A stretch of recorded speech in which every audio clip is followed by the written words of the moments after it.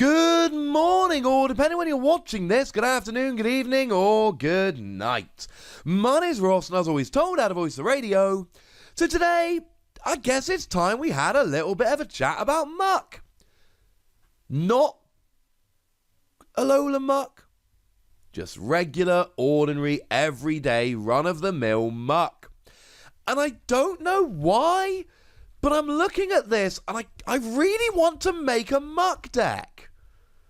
This really appeals to me for some reason, I'm not entirely sure why.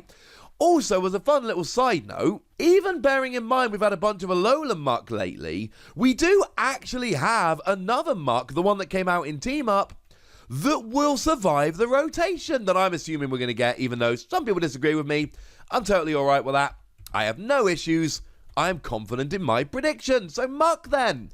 Our translation comes from the lovely Antoine Boulet mixed with the lovely Joe from Cerebi.net, two of my very favourite people in the Pokemon community. And starting off with the basics, we got 140 HP, which is pretty high, to be fair. For a stage 1, that's pretty good. It is the same as the Alolan Muk from Cosmic Eclipse, so apparently Muk done got buff. Good work, Muk. We've got a retreat cost of 4 here, which is exactly what we're looking for. Retreat cost of 4 means you can use buff padding to give it another 50 HP. Now you're up to 190 for a single prize Pokemon, which is frankly ridiculous. And you can use Pokemaniac to search it out, which is rather nice indeed. Also fits nicely into a Steelix deck.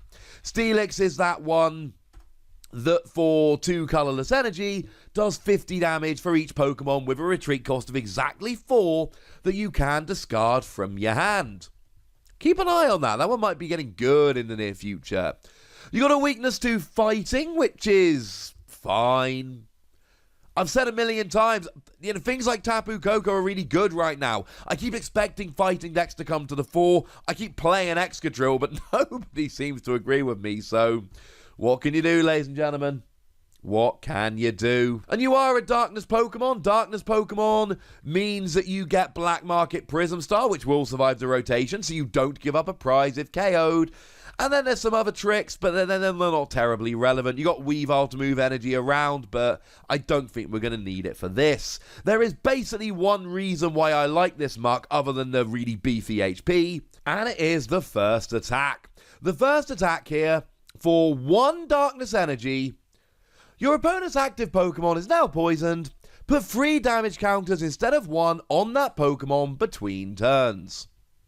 Or technically there is no actual between turns now, it's now Pokemon check. You will see when this card is printed in English, the language will be slightly different because the whole between turns thing has been changed a little bit. We talked about it a while ago, it doesn't really make any difference. The point is treble poison. And here's the thing. It's not like this is the first time we've ever seen triple poison.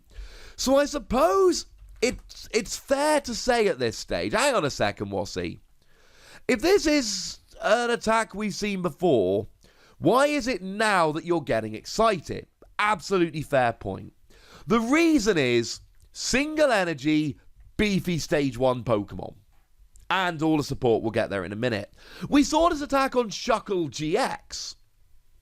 But Shuckle GX was 1 colourless energy on a basic 2 prize Pokemon, which we didn't really want. We saw this attack on the Crobat that came around in Sun and Moon, but it was 1 psychic energy on a stage 2 Pokemon.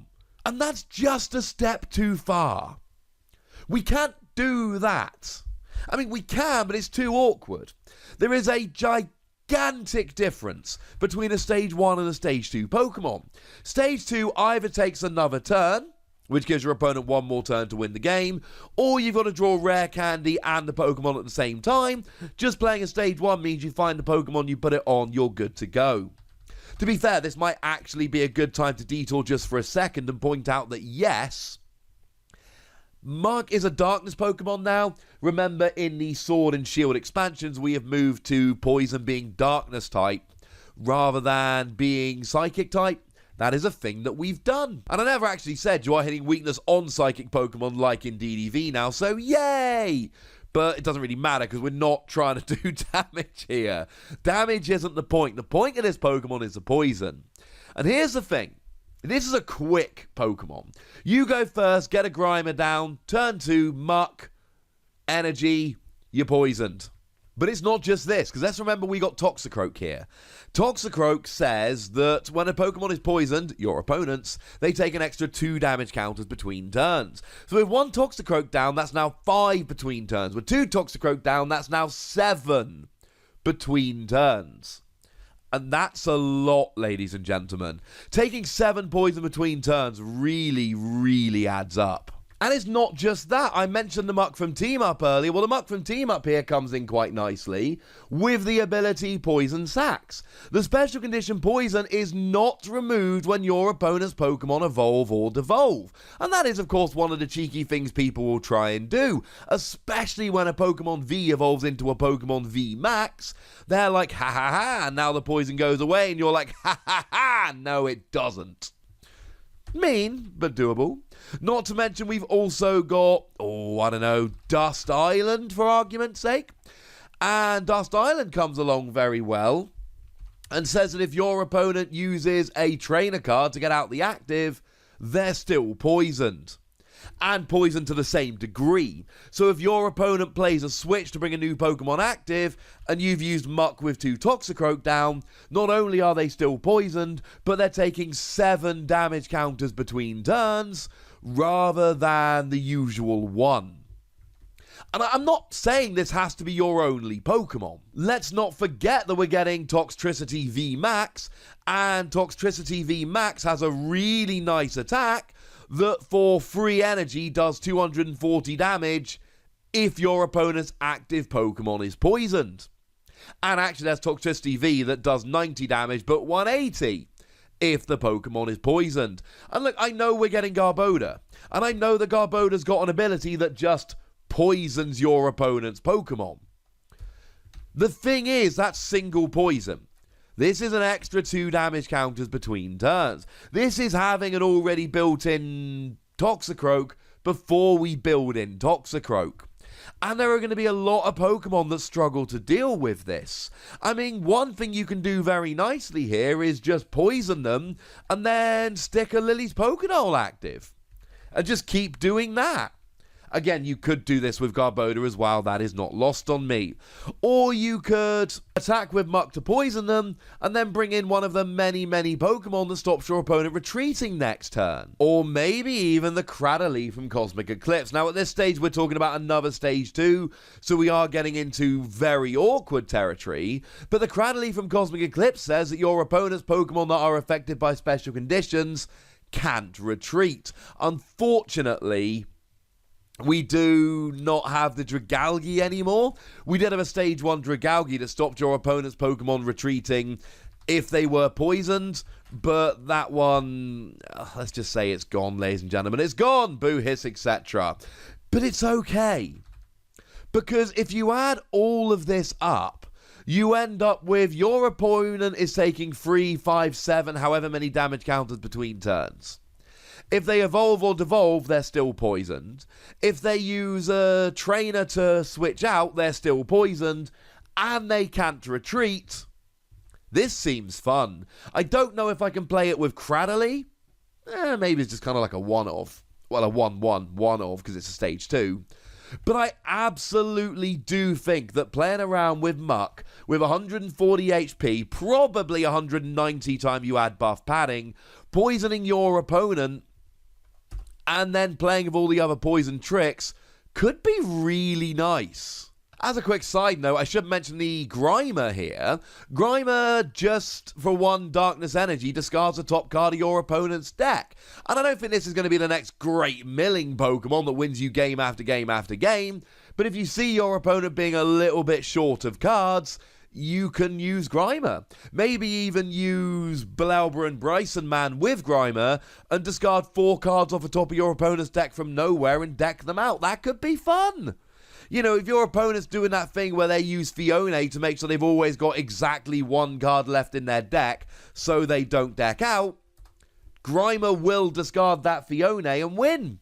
Fione puts itself on the bottom of your opponent's deck. The plan is use Fione to stop decking out, but if you've got 1 card in your deck, Grimer will actually win you the game, and that's kind of amazing. I love it. I genuinely love it. Now, the fact that I've mentioned Grime's attack and not Muk's second attack should tell you everything you need to know about Muk's second attack. 1 darkness, 3 colorless energy, 120 damage? No. No! I know it's an evolved Pokemon, so you can use triple acceleration energy.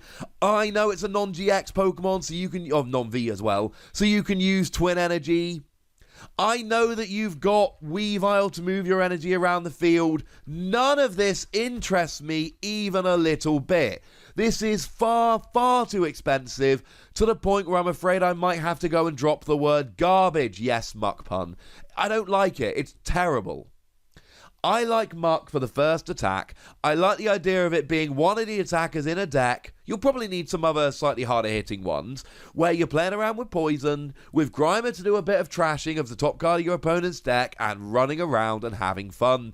I'm giving it 3 Wassies. I like it. I'm going to be playing around with this at some point, and it might end up being rubbish, and I'm totally okay with that. But for some reason, I've finally seen a Pokemon with triple poison and gone, yes!